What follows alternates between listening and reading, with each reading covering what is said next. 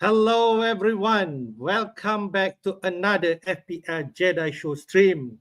The international break is over as we preview the game week 4.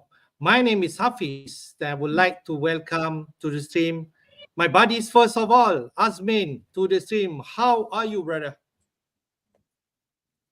I'm good fresh from checking out people flying on planes and seeing people get injured during training. So yeah, ready. Let's go. It's been a long wait, but I'm ready. Let's move it. All right. And also would like to welcome back Hafiz. How's your break? Yeah, okay. How's my break? Basically, I'm excited for the new game week to start. To be honest, at each FPL season, I don't really quite like the international break though, because it keeps me waiting for so long, even for a week. So yeah, excited for next game week. I can understand both of you. With the green arrow, you definitely don't want your momentum being dropped. As for me, I have a red arrow. So there's a different fortune between us, but that is FPL. So we definitely want to discuss after this international break. We touch a bit on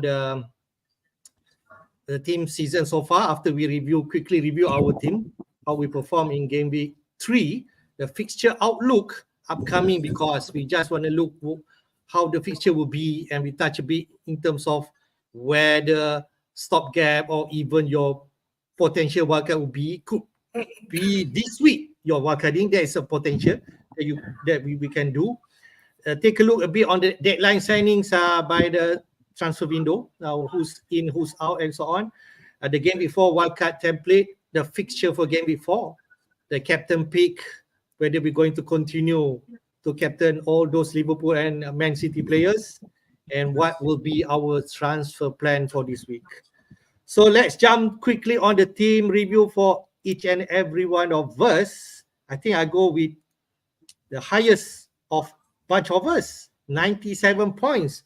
The average point was 64 in game week 3.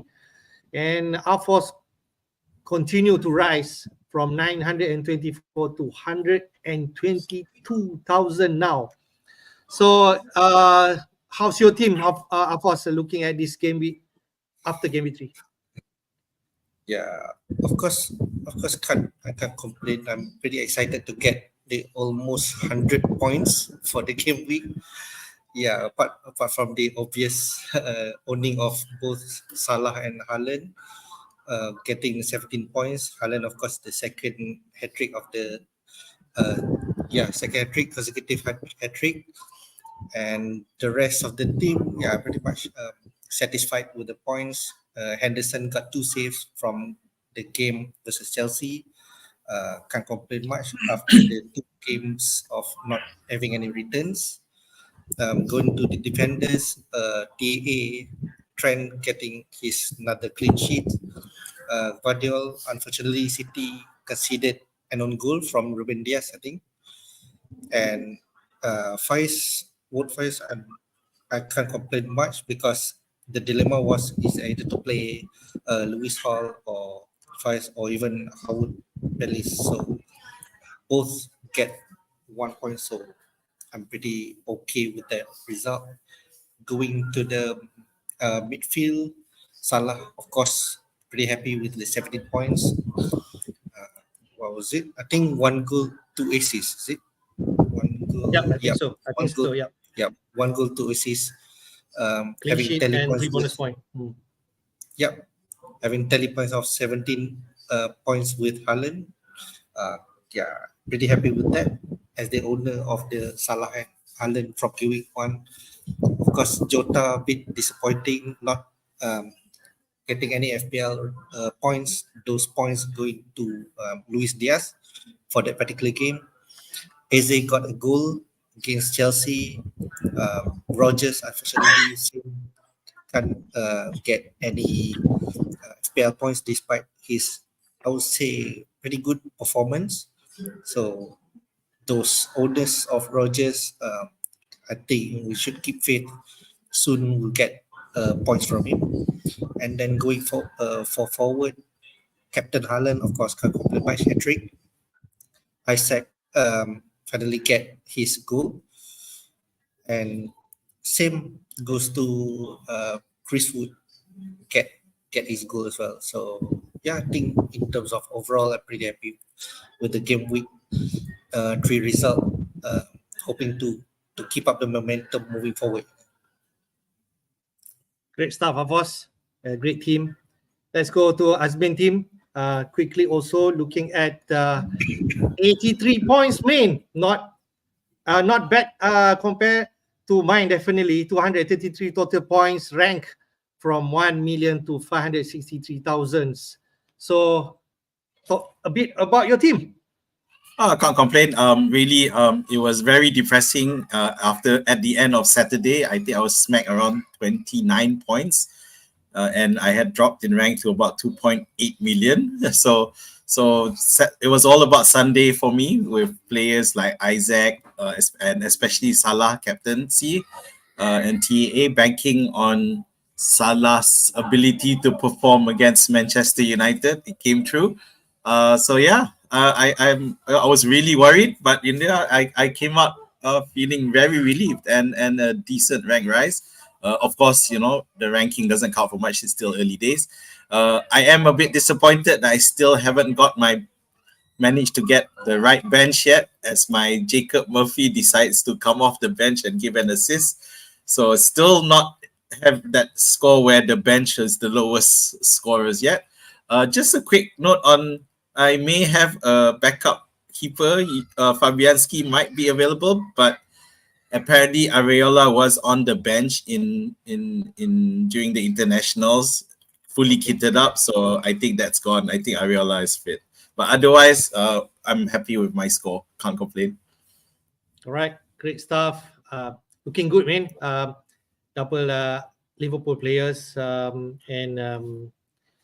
definitely with the Salah and Haaland combo, with Force also having those are the owners. If I'm right, around 24% managers who only own both Haaland and Salah. But that will continue to pick up, especially after this international break. Looking at a lot of managers going to wildcard this week, so the numbers will keep coming. As I think Azmin did mention, Salah price already rising again, right? If I'm right, so there's a lot of people already jumping on that Mo Salah bandwagon, definitely. All right, to my team, 64, bang on average point. And I think I can only say one thing.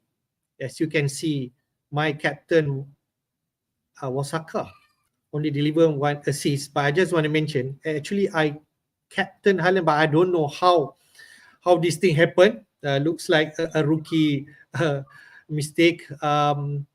But I actually confident that I captain Haaland, but I don't know. The system screwed me also on. Maybe I need to complain to FPL, but it is what it is. It's a bit frustrating when Saka, if let's say at least got a goal and assist, maybe it could reduce the damage. And when I saw Haaland scored a hat-trick, you know that long weekend until that enduring the international break and so on, the frustration is unreal. I can say that. And not owning Salah also damaging my rank. Now 1.5 million down, 1 million rank, 2.5. If I compare the total points, I'm actually away from upwards 40 points, and you have right with Azmin around 30 or 20 plus, right? So this early season, yes, might not be that significant, but the gap is increasing and people will definitely want to climb. And I already made some knee-jerk transfer. Spoiler for you guys, which I will share for everyone. I already made my transfer for this week, but I'm still contemplating on whether to wildcard or not. Reserving my action, despite I think, as you can see, I have only one Liverpool player, which is Diogo Jota.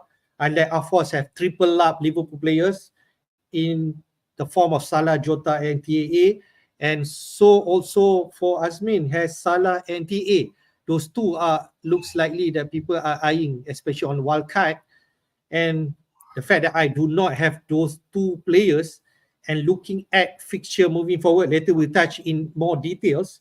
Liverpool playing both at home, Nottingham Forest and Bournemouth, and those are really looks like a money ball game for Liverpool. And you can see TA did score against Manchester United and disallowed goal. Imagine if that goal stands. It's definitely will help me. I'll be happy, even if it's Manchester United. I can understand that when talk about FPL, but will that is a trigger point for me? This could be the point that you need to do the action before that these two game week coming up, right? So we shall see how my action will be for this week. All right, let's go to the team season so far. I think you just touch a bit, even though it's only 3 weeks in, but definitely there's some information that we can take from these 3 game weeks. As you can see, there's a lot of red players in this team, starting from the back line. Alisson Becker with 21 points, when I thought Raya should be in here because he scored 8 and 10 points for the first 2. Then after that, Arsenal did not keep a clean sheet. The difference is Liverpool kept 3 back-to-back clean sheet. So that's why TAA 20 points, Robertson and Virgil, Van Dijk 80 points inside there. So if you let's say you double up in defense, you definitely rip up these marks, points. And just want to touch about Salah and Haaland, the most higher top scorer so far, equally with 41 points. Despite Haaland scored back-to-back hat-trick, Salah can match that with 41 points. Other than that, Liverpool players, Luis Diaz, not Diogo Jota. Imagine the same price, 7.5 million. If that points, 32, owned by Jota. But it is not to be. It is with Luis Diaz, 32 points. Only one Arsenal players inside here, which is Saka, 24 points. Chelsea player represent, no surprise, Palmer, 25 points, but I think all being accumulated from that game with 270 big points haul against Wolves. And then Mbomo, he's coming back to frame, 24 points, reminding with Tony not around, Mbomo is attracting players, especially if you're wildcarding. Looks like people are going to jump in with Mbomo in the template. And also Welbeck, 23 points, despite more conversation on Joe Pedro instead of Welbeck. So the team season so far, I go to Azmin first. What your main takeaways from this?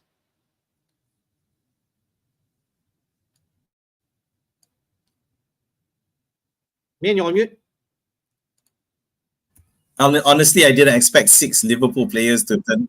I didn't expect 6 Liverpool players to turn up in the team of the season so far.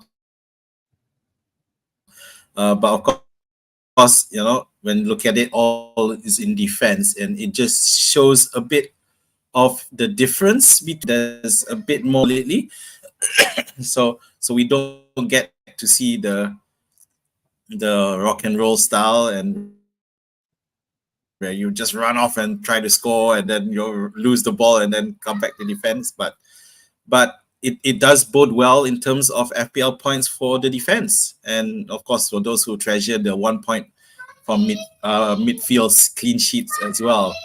So yeah, got to give credit to Slot for that. And it definitely gives us a bit of a dilemma when looking at Liverpool players because there's only so many you can pick. I guess when you look at that, you would have look at the team of season, you would based on the fixtures, you would have expected Eze to be here. The fact that he wasn't tells a bit about the problems Crystal Palace has around that. Yeah, I'm happy, and of course, Welbeck, you know, taking stage, but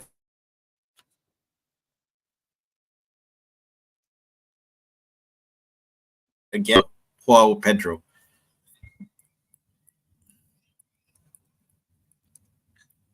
Okay, man. I think we a bit lost on you just now, but I think you just mentioned about that Liverpool teams. Go to Hafiz. There's a lot of Liverpool players inside here.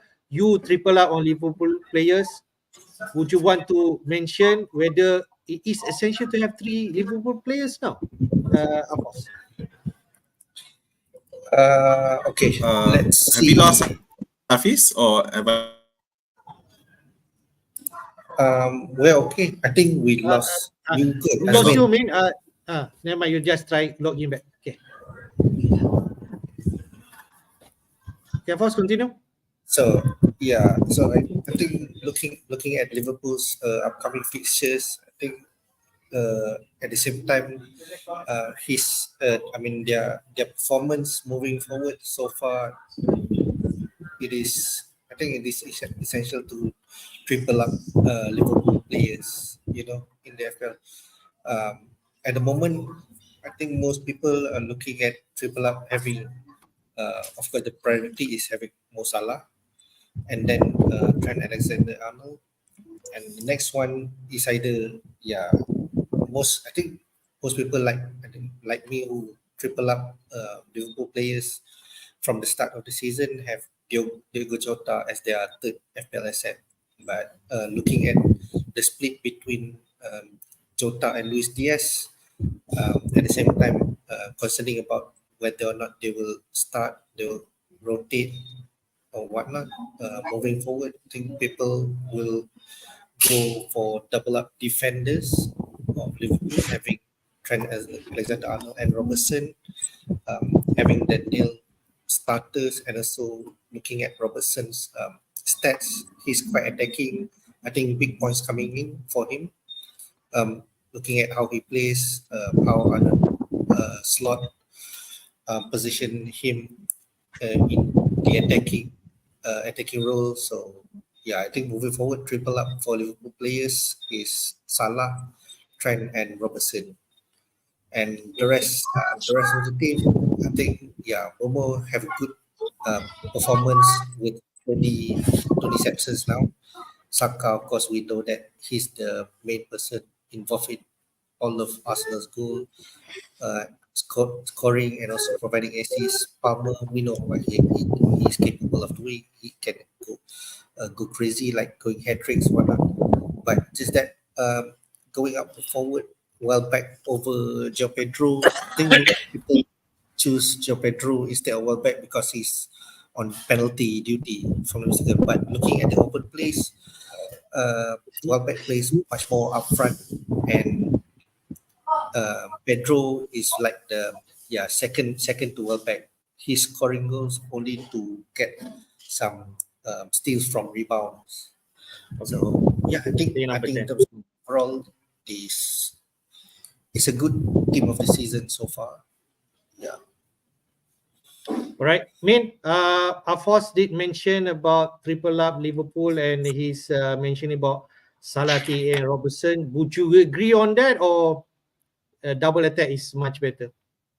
No, I have to concur with Hafiz. I do feel that having Robertson is more stable, less subject to rotation, and better potential for points. The thing is, Robertson, like TAA, is quite attacking as well. Yet that it's that midfield that holds it together and helps to ensure it is not at the sacrifice of the defense. So yeah, I'm wary of the fact that Darwin and Gakpo are there to help out in at the front there when necessary, and eventually Chisa as well. Yeah, so it does put those positions at risk, especially now that the Champions League is coming around. And I feel that Slot will follow in Klopp's footsteps in the sense that Salah is the one who is unlikely to be sacrificed because he doesn't seem to have a problem playing almost the full time every time. So yeah, even this, he looks like he's getting better as he grows older. So yeah, so I totally agree with Hafiz, the triple up. Yeah, just nice for Liverpool players that starting to get attention on majors. I believe where if you're wildcarding this week, you're going to triple up on Liverpool players. Most likely Salah and TA will be your two players. It's up to you to choose the third one, whether going double attack or double defend. Okay, that's the team season so far. let's look at the fixture outlook for the next few game weeks, at least for the next 8. The first 3 game weeks, then we have an international break. But for the next 8, the international break will be after 4 game weeks. Game 4, 5, 6, 7, they'll take another international break. Then after that, 8, 9, 10, 11, this will be another, your third international break. So from this outlook also, we want to mention the European competition will start. So that's, we can see some fixture congestion, and this year will be different. If I'm right, the Champions League, the Liverpool will have to play like 8 matches inside that group stage, if I'm right. So Yes, there'll be correct. a lot of matches that players going to play, and that will play in the manager's mind in terms of resting players or do some rotation managing with the fixture coming up. So game week 4 will be this weekend. Then in the middle of the week, they will have European competition on around 17 September. But at the same time, there will also be some Carabao Cup round 3 for the bottom players, the bottom team, so those will happen. So European competition will also start in the 24th of September and 1st October. Some team, I can see Man City, Arsenal, Liverpool, they will play each of those midweek. So there's no rest. You have to play and you have to see the fixtures. And then on top of that, 8, 9, 10, 11, also there will be some European competition.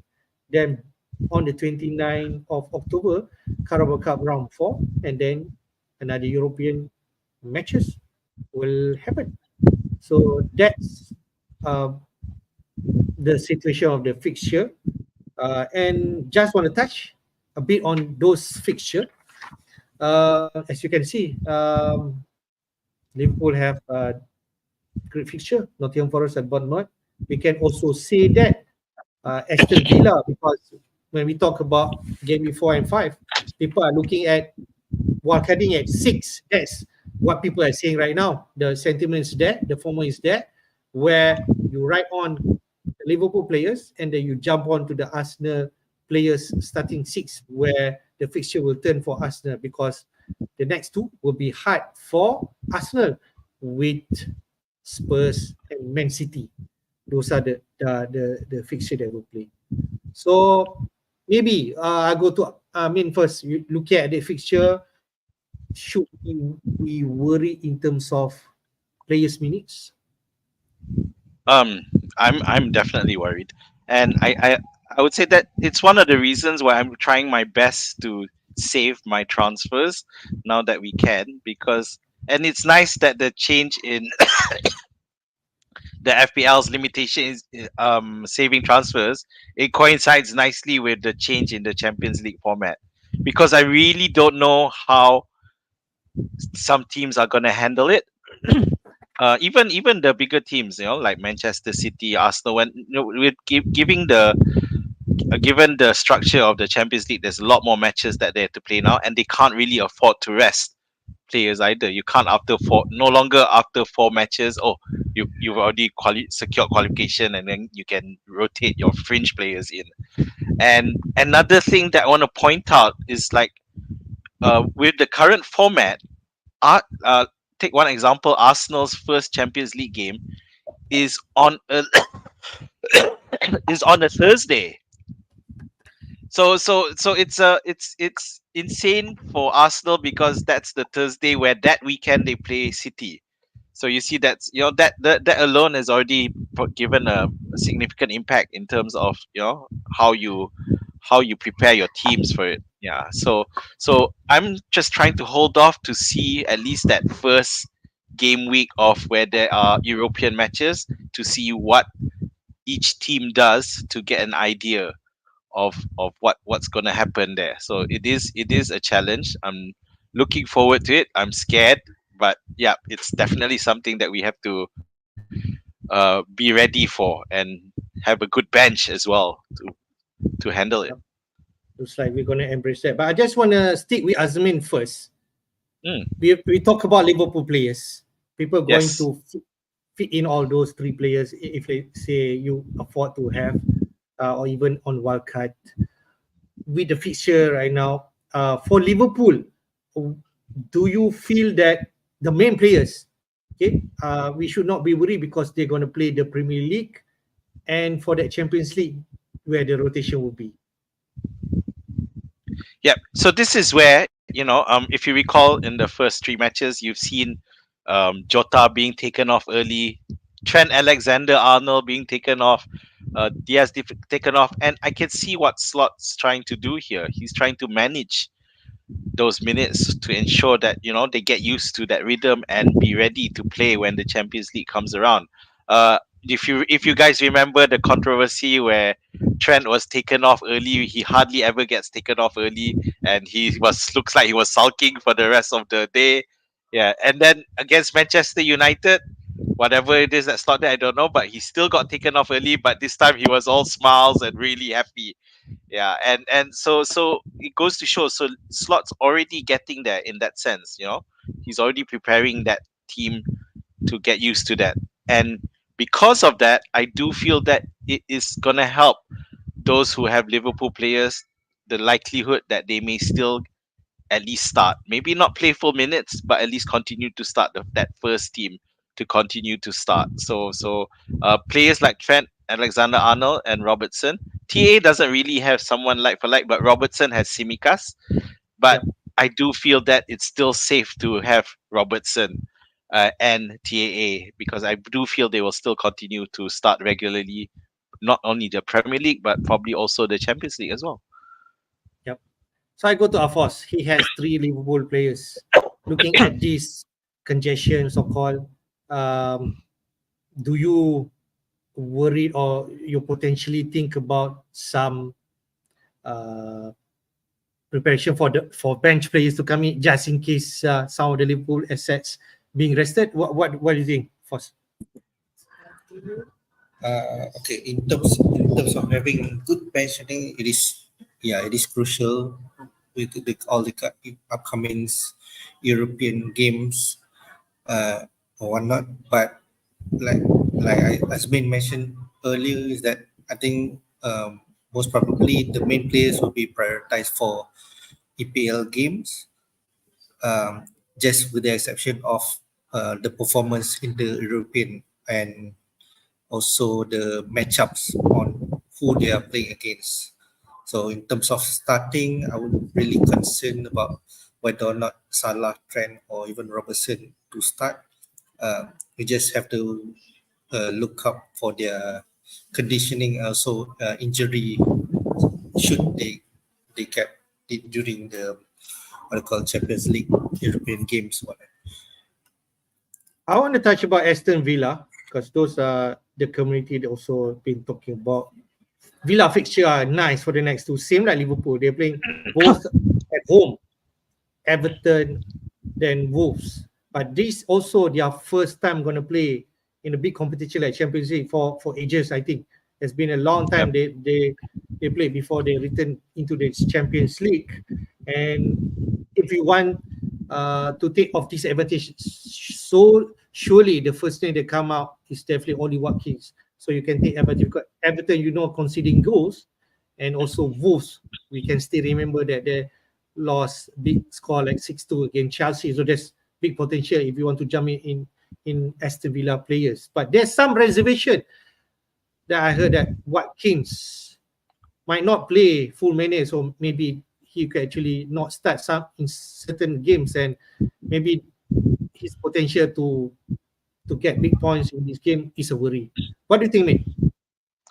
The thing is, because Watkins didn't really have a good preseason, so he hasn't done well since he started for Villa so far, and what compounds that worry is because you got Duran coming on and as a sub and scoring, so that is not making things any better. Having said that, I do strongly believe Emery still looks at Watkins as his first choice striker. Given the history, he can't suddenly be shoved off. It's just about getting fit, and we know that he was removed from the England squad as a precaution, this international break injury thingy. Yeah, but no worries. I still feel that he will start this weekend. And the question though is Everton gonna be bad anymore or have they improved? Because we did see them hold off Bournemouth for 86 minutes before they crumbled. So there are signs that the solidity of Sean Dyche's Everton is starting to return. And that's also what's making me hesitant about bringing on Villa assets. Also the Champions League challenge. So I still want to see. So I'm not willing to go into someone like Watkins yet until I see what they do at the Champions League level. Right, good stuff. Just want to touch on Arsenal assets. Okay, maybe you have others. Some people will have Saka like myself. And Arsenal for the next two games, we touch about Spurs and Man City. And at the same time, Arsenal going to face Man City after coming away from, if I'm right, Atlanta there, facing away. But for Man City, they played all the next three games at home. Brentford, Exactly. Inter Milan, if I'm right, and Arsenal. So that's really an advantage for Man City. And for Arsenal, they're playing all three away games. People already jump off that Saka or even some of the Arsenal assets. With that, Hafiz, do you think that's the right thing manager should do? Jumping off those Arsenal assets and moving back them after the fixture swing into a good one like Leicester Southampton next? Yeah, I think most people are having, let's say for example, like Saka versus Salah from the game week 1 is a matter of pricing point, because Arsenal have good fixtures starting of the season, and people think that in terms of getting FPL points, it's about similar, but with 2.5 million cheaper.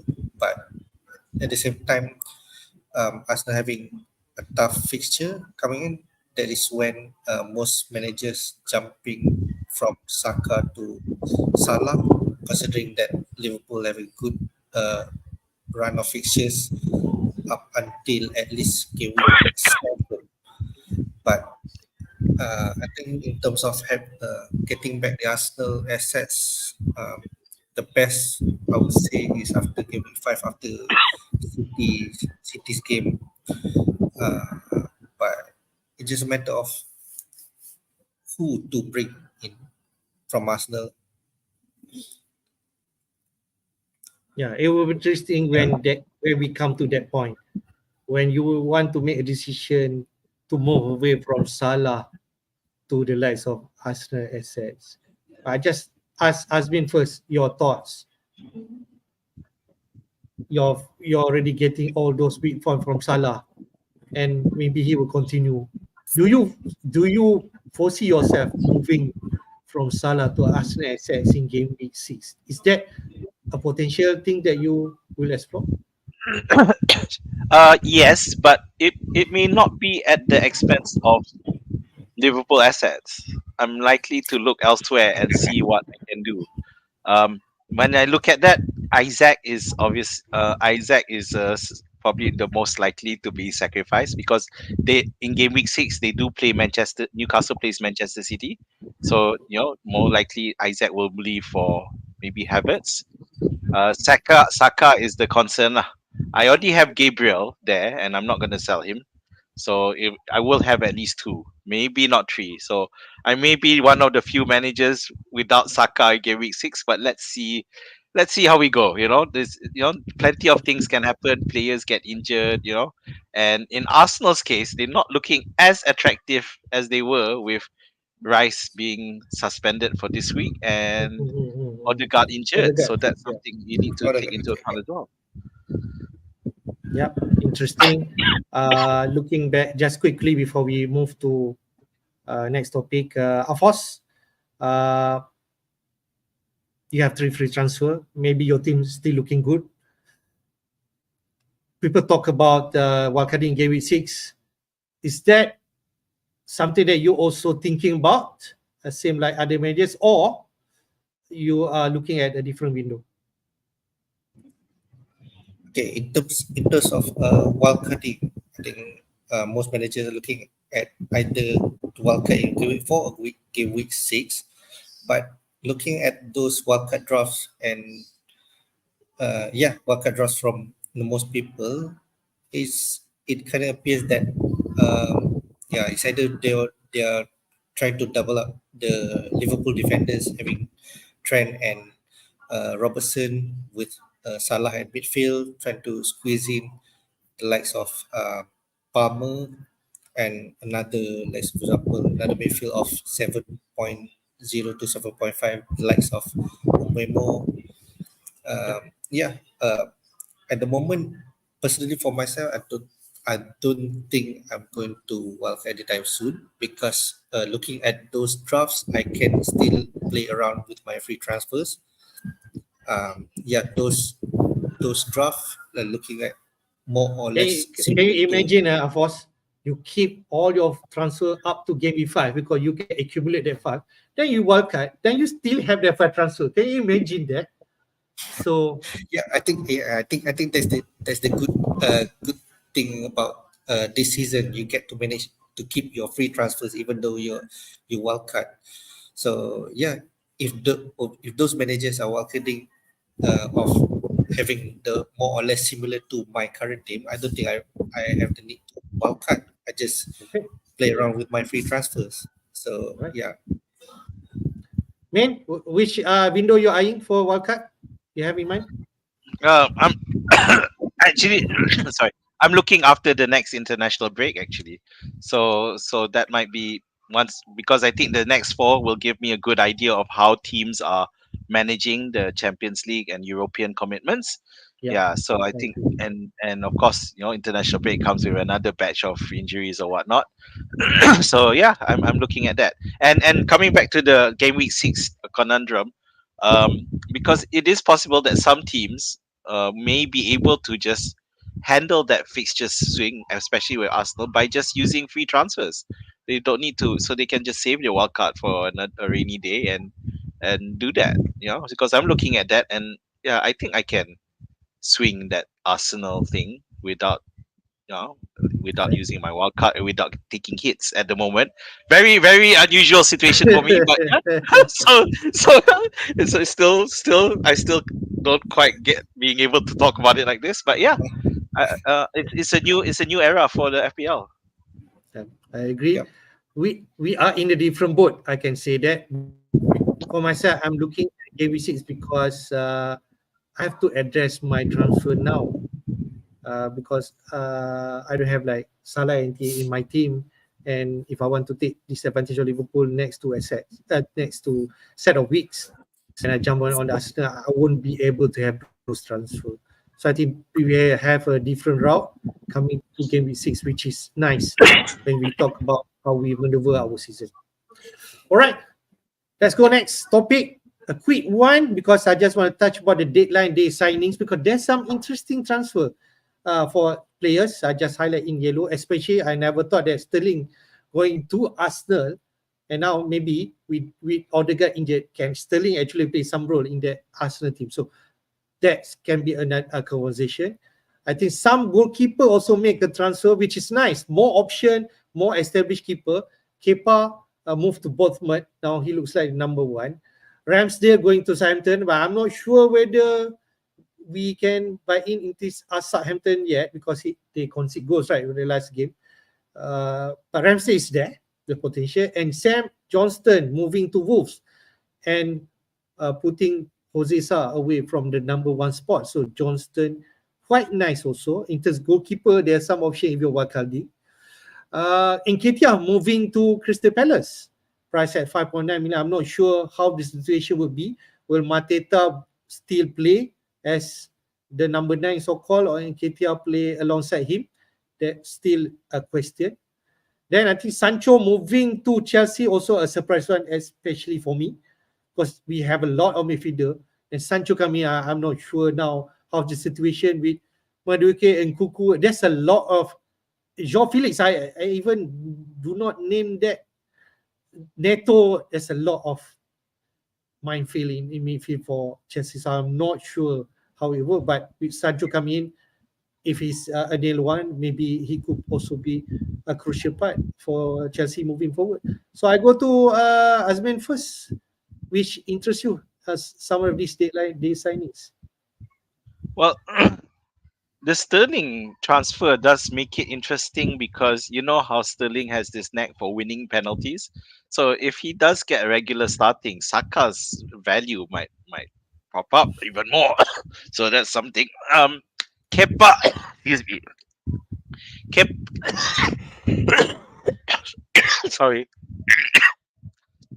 Kepa's an interesting option.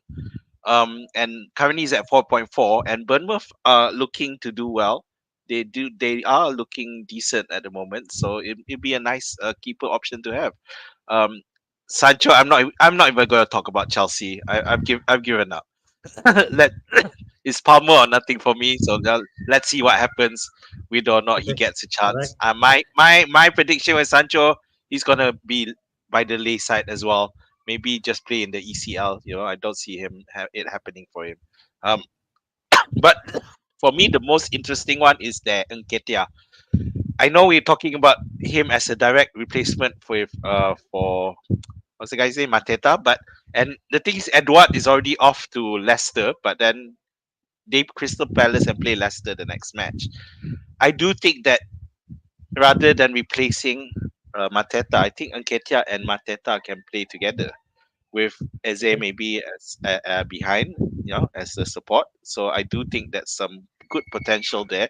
Nketiah is a poacher, and I think Arsenal probably might regret a bit now selling him, because if there's one thing he can do is be a poach, be the fox in the box. And I do think that Nketiah there will actually improve Crystal Palace. Eze will finally have someone who can take advantage, because one of the problems with Crystal Palace right now is scoring goals. Okay. Yeah, so I think Nketiah can fill that gap. Right. Hafiz, from these signings, which interests you, which catch your eye? Yeah, I'm on the same boat basically with Azmin.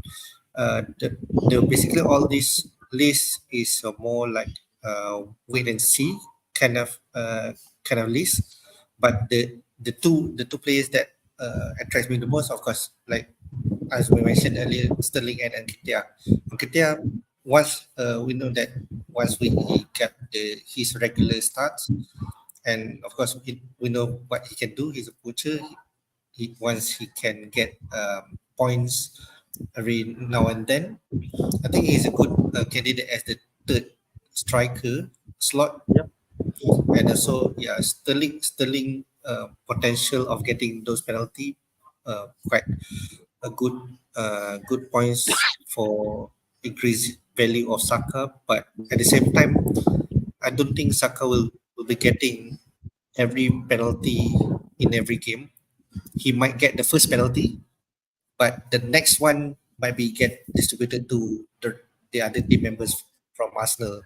So I think that's one of the typical Saka. Yeah. In terms of FPL asset, we want the players who kind of greedy to take all the shots, take all the penalties, whatever. But the moment when we that player try to distribute, give it to others, so I think that's a bit of disappointing, annoying, of course, in the sense. Yep, definitely. I already tasted that last season. Okay, let's go next topic, which is a crucial one. I think there's a lot of media thinking. If I'm right, when I watch the Premier League, around 400,000 managers already activating their wildcard to address their team issue, whether you have the likes of Konsa, who else, Branco, maybe you start with Nkuku, right? I mean, you have Nkuku. You do not have the Liverpool assets, only one like myself. Your bench look really dire. I think those are what people are looking at. Restructure back your team, take advantage for the next two games, which is especially for team Liverpool, Villa, Brighton, playing Ipswich and Nottingham Forest. Crystal Palace, Leicester, playing Leicester, maybe Eze could be the one. So this is one of the template that I took from All About FPL, and with this come out, the goalkeeper looks like 4.5 million. You can go Henderson, you can go Flecken.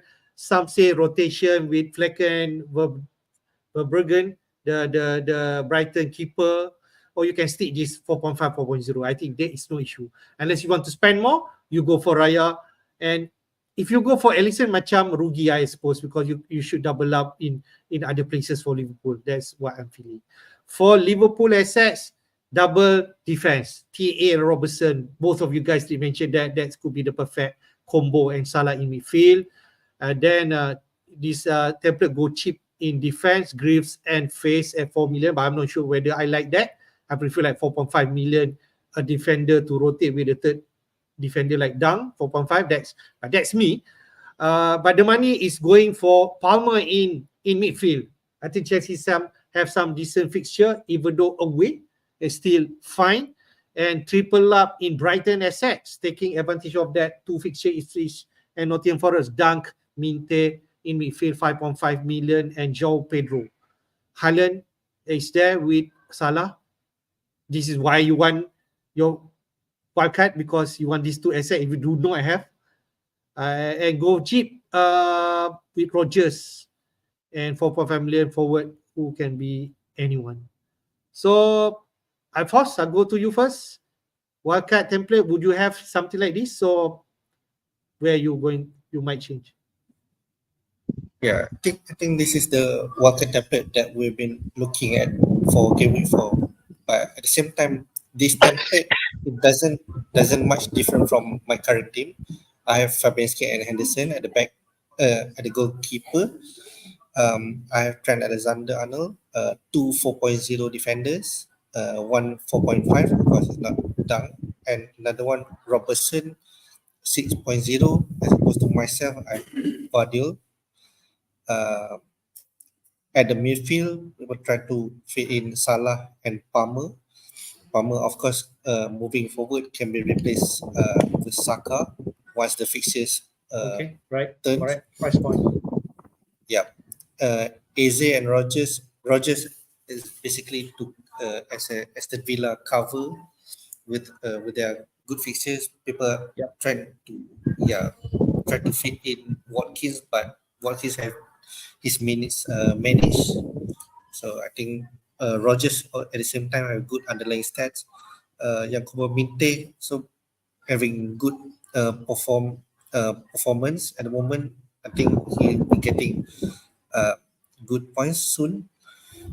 At 5.5, other managers have the likes of Smith Rowe or even Semenyo at that particular position and price point. So at the forward, Haaland, João Pedro as the front two with the sub Ujo. I think Ujo had transferred out, I think, if I'm not mistaken. Okay. So with this current setup, people are going to most probably 3-5-2 formation. But personally, I don't quite prefer 3-5-2 formation. I prefer having 3-4-3 as my main formation, with 3-5-2 as the secondary formation. What change would you make based on your preference? What change would I make from this lineup? Yeah, I think basically if I were to wildcard or if I were to make my free transfer moving forward, this would be my current setup. Okay, you My like this current- team, okay? I like this, except for Louis Dunk, because I don't know whether I have phobia of him. In the past season, he's getting red card on goal. So yeah, 4.5. We have plenty of defenders to choose from, but in terms of pricing points and the key players, Trent Arnold, Robertson as the two primary defense with another 4.5 defenders. With midfield, the likes of Eze, Salah, Rodgers, Palmer, 5.5, maybe Semenyo or Smith Rowe. and up top, of course, João Pedro or even Welbeck. This is most likely the template going forward for those who are wildcarding, and even those who are not wildcarding, they are more or less having the same lineup with this, so they'll be able to save their wildcard later on. Later of the game week. Okay. There also some conversation, that when you wildcard, you want to plan for Arsenal coming in for game week 6. Say you have some transfer and then you actually plan your transfer to make for the Arsenal asset like Saka, Havertz. But there's a different school of thought that maybe you should get them in now. Maybe not all, maybe one of those Arsenal asset like Gabriel or even Havertz up front. Hafiz mentioned about 3-4-3. Could Havertz should stay in this team on your wildcard? If you're wildcarding, could that be a potential instead of Palmer? What do you think, Min? It's a tough one, but yeah, I mean, I think one of the objectives of wildcard in game week 6 is to take advantage of Arsenal assets. Yeah, so now it's a case of with Chelsea. I think why you should still find a way to fit Palmer in is because he wasn't registered for the group stages of the Conference League for the early stages, so he's pretty much a dedicated Premier League player. It's so attractive. Of course, it blows my Nkunku out of the water, but you can't help but look at Palmer as a key asset for the Premier League for this season. So you should still find a way if you can, but to do so, it may be at the expense. If you look at Palmer, Saka, and Havertz, it will be at the expense of Haaland, Salah, or Eze. You can't. It's almost impossible to push everyone in. Right. I think if I just want to in for this wildcard template to suit my style, is I definitely going to jump in for those Liverpool assets, but I'm going for double attack. Instead of say TA and Salah, I will go TA and Salah will definitely inside my template team, but Robertson might not. I will have another Liverpool asset in the form of Luis Diaz, but I need to be wary whether Diaz going to play coming back from the international duties. Some says that he might not play, but I'm not sure how the flight will be. Azmin will know better in terms of that. But I would definitely want to try to feed in another attack for Liverpool and take advantage those Nottingham Forest and Bournemouth instead of Palmer. It's not, don't trust on Palmer, but I feel there is potential to take advantage for those double attack for Liverpool. That's what I would do.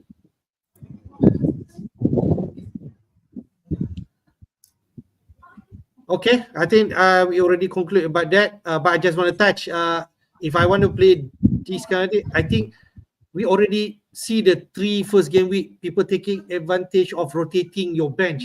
Maybe that is the one I'm going to look at even more, because you can now keep your transfer longer, so you might need your bench like Rodgers to rotate with the likes of João Pedro, say, to play whichever fixture later that will be suit for these two, and have some bench players that you can play and rotate. I think that's what I learned for the past 3 weeks, because my bench, I cannot rotate, letting in wings or any 4.0 to afford come in and give me points, right?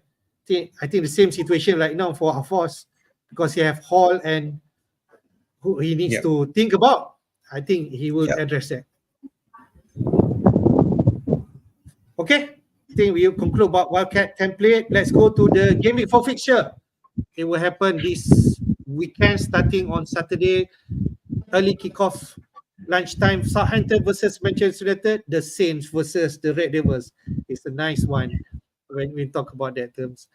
Then 10 p.m. Malaysian time, we have Brighton versus Ipswich. This is what people expect Brighton to win big, but we shall see. Palace versus Leicester. Also, we are thinking Palace should get in and Eze will be involved. Fulham versus West Ham, London derby. I'm not sure whether Fulham can be, because it can be tough. West Ham has been decent. And then Liverpool Forest, we expect Liverpool to keep another clean sheet. And Mo Salah to continue his form. Then Man City and Brentford, we know about Haaland. Can Haaland continue to score another hat-trick goal? If he does, wow. But now people were scared. Looks likely people are going to continue Captain Haaland. We will talk about that in terms of captaincy. Then Villa versus Everton on a late midnight game on Saturday. Plus, Bournemouth and Chelsea also play on Saturday. Yeah.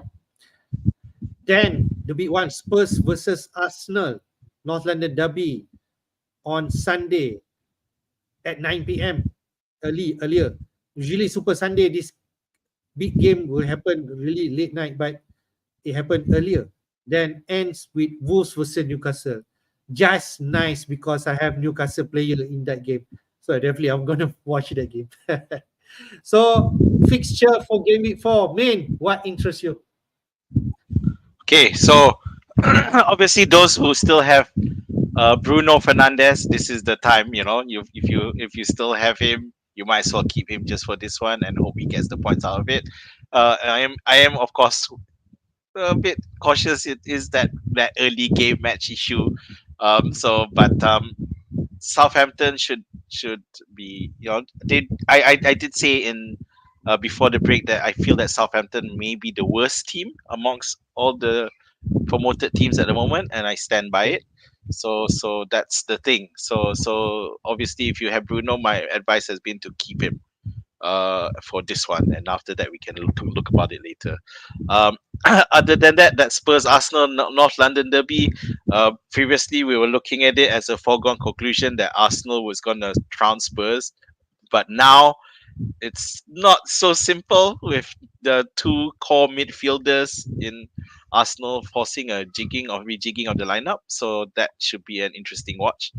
And the other one, of course, we trying to get that captaincy right between Liverpool and Manchester City. Brentford have traditionally given trouble for Haaland in the past. I think in the 4 last games, Haaland has only scored once. Of course, there was one game where he wasn't around and Foden did a hat trick, I think. Yeah, but it's not a fixture that Haaland does traditionally well. But this season's Haaland does look like a different creature. So who knows? That's yeah. So that's a problem. Okay. I just want to touch about that Bruno because I earlier saw that scout video conversation with FPL General. He has Bruno and he has Jota, but he is going to transfer him out because he wants Salah and Bruno need to fund that transfer. So there will be managers with insight with that kind of conundrum. I can believe that despite the fixture is good on paper, if you need to find, I think Bruno will be sacrificed. All right. I go to Hafiz. Which match you really look forward to and you expect a big score game? The one those players that I have are basically the games that I look forward to. But in terms of moving forward of the potential candidates of who to bring in later in the future, I might consider having to watch the likes of Minte from Brighton, Semenyo, and even Rogers, because Rogers have been good, just that he didn't get any FPL points. So I'm hoping that we'll be getting some for this Everton game. But the rest of the game, I think pretty much just hoping to get points from my own team. What's your prediction? Spurs versus Arsenal. Is this a game that Spurs gonna win with those two players missing on Arsenal? I think in the past it has been an open game. I would think that it might be a draw. It's either 1-1 or 2-2 thing. Okay. It's an open game. It's a hard game for both teams. Okay. What's your prediction, man? The big one, Spurs Arsenal. I think it's going to be a draw, 2-2. Okay, right. High scoring game. Right, this game before fixture. Let's talk about captaincy. From the FPL Scout site, captain poll. Who do you think the best captaincy? 51% from around 1,600 voters vote as Haaland the best captain. There's no surprise, back-to-back hat-trick, playing at home against Brentford. But then second Salah, 25%, Liverpool versus Forest. I don't think there's so much different, but there'll be a split decision when people are going to make for this captaincy, and it could be a crucial call to call which captain would you go. Hafiz, I know you mentioned about Haaland, but you also have Salah in your team. So which one would you consider? Okay, first of all, boss, I will dare not captain Haaland. So moving forward, unless it is a very tough fixture for Haaland and the obvious game for Salah to captain, then only I will go to Salah. Otherwise, I might strongly stick to Haaland. And at the same time, looking at the current stats for this season, who is Salah? Okay, City is playing against Brentford, also Salah against Forest. Looking at their stats, I think Brentford have the poorer defensively. So I think from that position, I'll make a decision to captain Haaland instead of Salah. All right. Main, you did captain Salah last week and you got that same point like Haaland. What do you think this week? I'm going the other way. I'm more comfortable with Salah, just simply because of all-round play. And I know the problem with Liverpool's fixture is that Forest have been looking good defensively. They've put up some good figures, some good stats defensively. But if you look at the teams that Forest that face, they're not exactly the strongest teams, stronger teams. In the first 3 weeks, they are decent mid-table teams. But so I do feel that Salah is in a better position with a bit more stability in terms of the team around him. Whereas Haaland's team we might see a few changes after this, with Walker coming in, maybe Foden coming in. So that might change the dynamics a bit. And of course, add to the fact that I mentioned earlier that Haaland doesn't have quite the best record against Brentford, so I'm going for Salah. Wow, nice play. I just have a quick pick. Haaland on 67% ownership.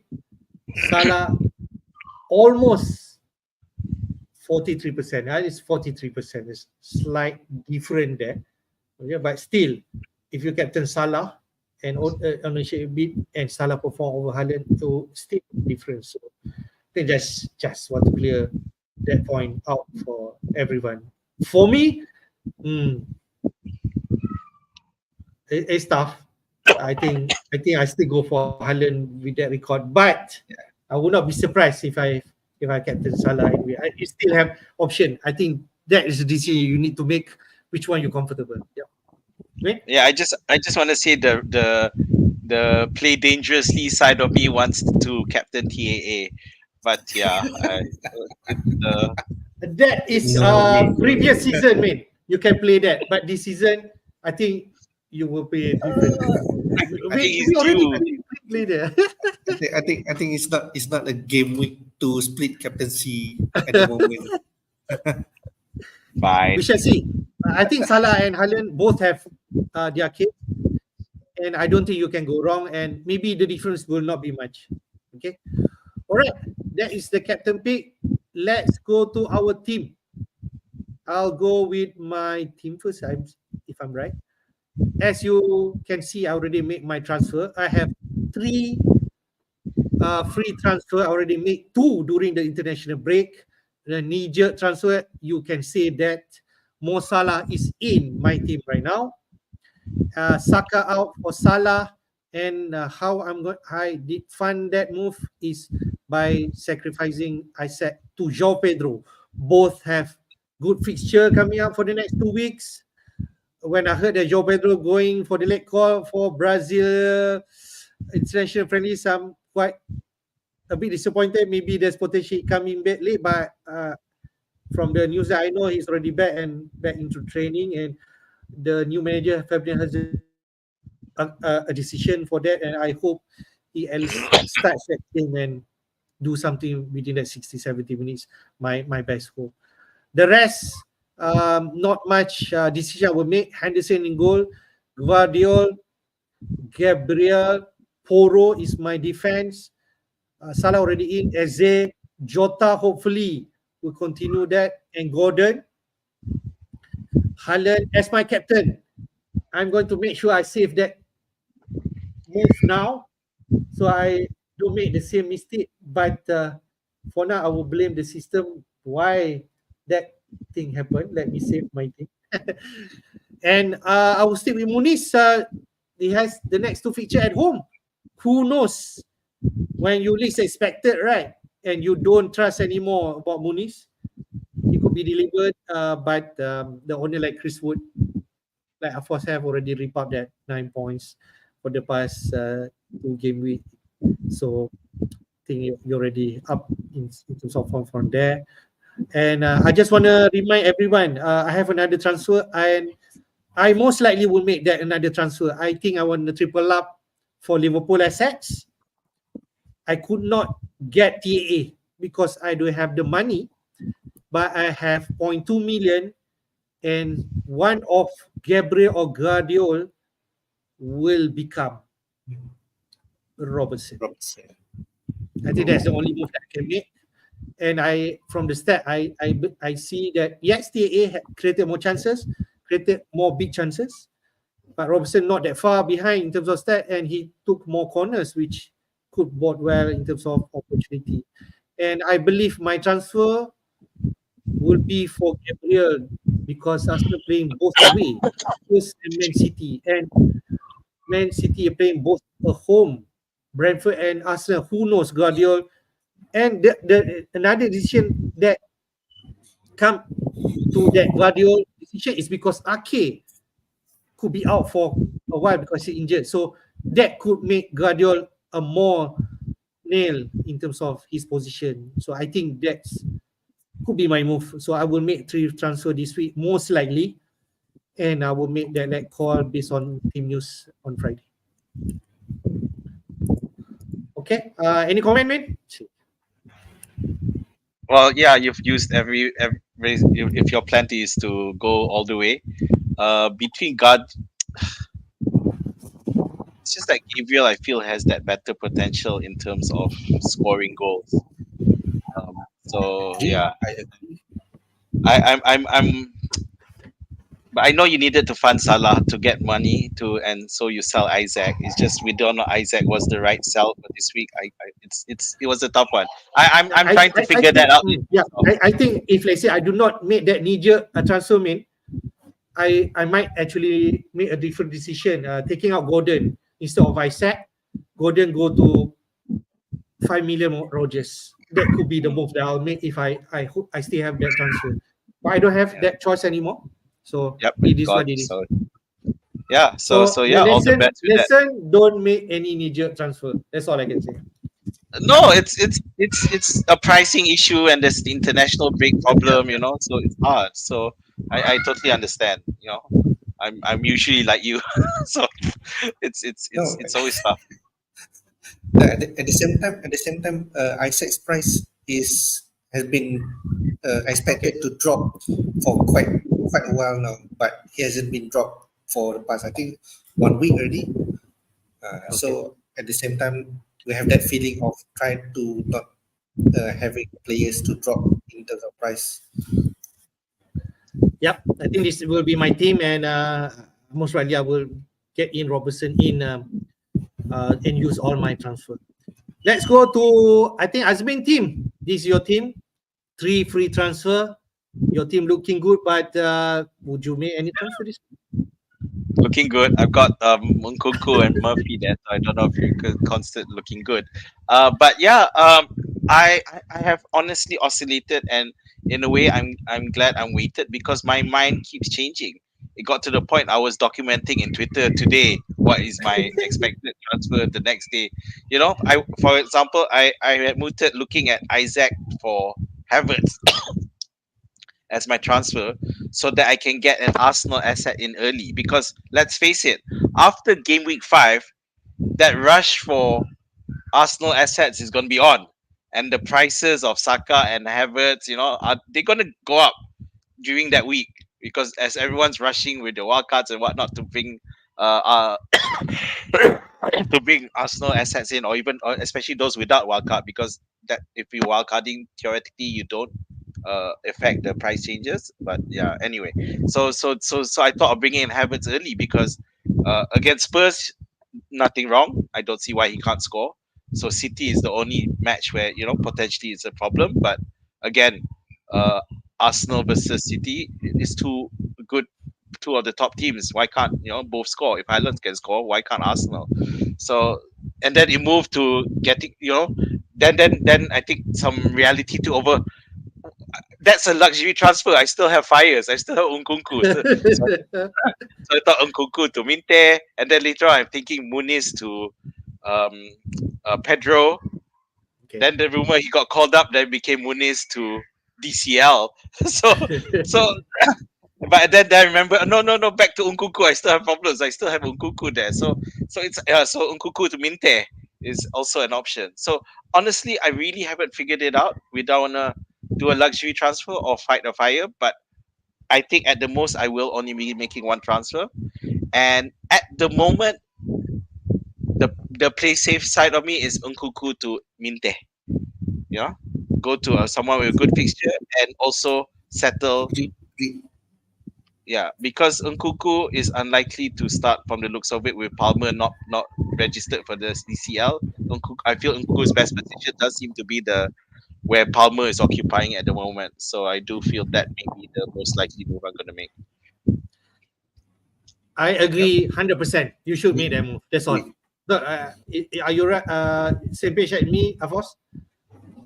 Yeah. By the looks of the overall lineup, I think the Nkunku is the one to be addressed as the top priority. It's a matter of selection of who, whether Minte or Semenyo. But still, I think you should take advantage of that Brighton match, and in midfield, I think Minte is the one that people are looking at from Brighton midfield. But if you have the money, Mitoma could be an option. I'm not sure. Do you have the money? Because Nkunku already dropped in price. Mitoma is 6.5, right? 6. So I'm not sure whether you have that money. Yeah. But Minte is I think it's good enough. I think you should go there. Yeah. Minte is a good option. Yeah. Don't transfer Isaac. Don't transfer Muniz. I don't think you should address those players. Muniz still have good stats. Isaac also is a good selection for this game week. The problem is I was looking at all these wildcard templates going on, a lot of wildcard draft out there, right? And I was looking to see, are there any Muniz or Smith Rowe in any of these wildcards? Smith Rowe, yes, but Muniz, no. I didn't see a single Muniz in any wildcard, so which makes me worry. I think if you're on wildcard, you can do that because you have that opportunity. But I think if you're doing a transfer, that is not the fire that you should take over first. Okay. So I support you, Minte, all the way. All right. So let's go to I just quickly one. Porro or Gabriel? You play Gabriel over Porro, right? I think I'm going to play Porro and Gabriel at the moment, and most likely bench Smith Rowe. Wow, I'll play Smith Rowe. No, I'll play Smith Rowe. 60 minutes Smith Rowe, you just never know, right? But that's just me. It's just Fulham assets are worrying me. I don't know if I want to have 3 Fulham assets. West Ham look decent. Okay, people love in Fulham. All right, okay. Power play Smith Rowe. That's me. We go to our first team. So 3 transfer. I see your team. Do you have any fires? Maybe in defense, Hafiz? Okay. Starting after game week 3, I have 3 transfer, but I already make 2 transfers. Wow. Yeah. I think is maybe it's a knee-jerk transfer because I'm looking at Isaac and Lewis Hall expected to drop in price, so I wanted to avoid that. Starting of the season, I don't really like having players who drop in price, and Yeah. yeah, especially those two are expected to drop, with AZ already dropped once. So I did that 2 transfers. Isaac to João Pedro and Luis Hall to Rico Luis. Oh, okay, Yeah. all right. That's nice. So you have That- double defense Man City, triple up in Man City actually. I have triple up in Man City, double up their defense, but I'm looking at to downgrade Guardiola, maybe downgrade the likes of Jota, or maybe I say try to make room for Palmer, maybe in game week 5 if I can. I think I can with 2 transfers. So for this week, only 2 transfer you will make because you already made anyway. Yeah, for this week, I think I'll make just 2 transfers for this Okay. this week. Are you So not worried, I'll be saving one. Luis? Are you not worried in terms of Man City rotation? Luis, yes, he has played those games, but Kyle Walker come in. I don't know. That's my feeling. What you're not worried? Not at the moment, but I think my chances, because looking at how Rico Lewis is playing, I don't feel that he's going to be rotated. But that's just my feeling. I'm not quite sure. But he's playing quite well. He's attacking. He's getting inside the box. So I believe he might get. He might start in games even with Walker playing, but not sure how things goes. All right. You play Wood this week, right? I'm not sure which player you're Yeah, going I to play. come in, right? Yeah, I've been playing Wood the same formation like this, just that Lewis over Faiz. Okay. All right. Good stuff. That's our team selection for this week. So we're coming to the end of the stream. Game week 4 deadline will be Saturday, 6 p.m. We shall see whether we can do deadline stream, we shall see how. All right. So anyway, thank you all for joining this stream. No question so far. Rakan FPL did not join our stream. It's okay. So maybe your last word first, Afos. Yeah, I think basically just keep faith of those players that you own, especially with good underlying stats. Points are coming in soon, and be patient, and just look forward for the new game week 4. Right. Last word, man.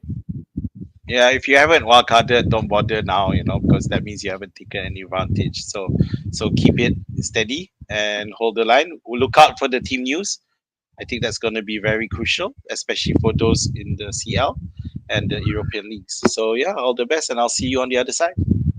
Yep. Thank you guys for joining the stream. Thank you for support. Do support us by hitting the like button and subscribe to our FPL Jedi Show YouTube channel, and you can click on the notification and you will know when we are live.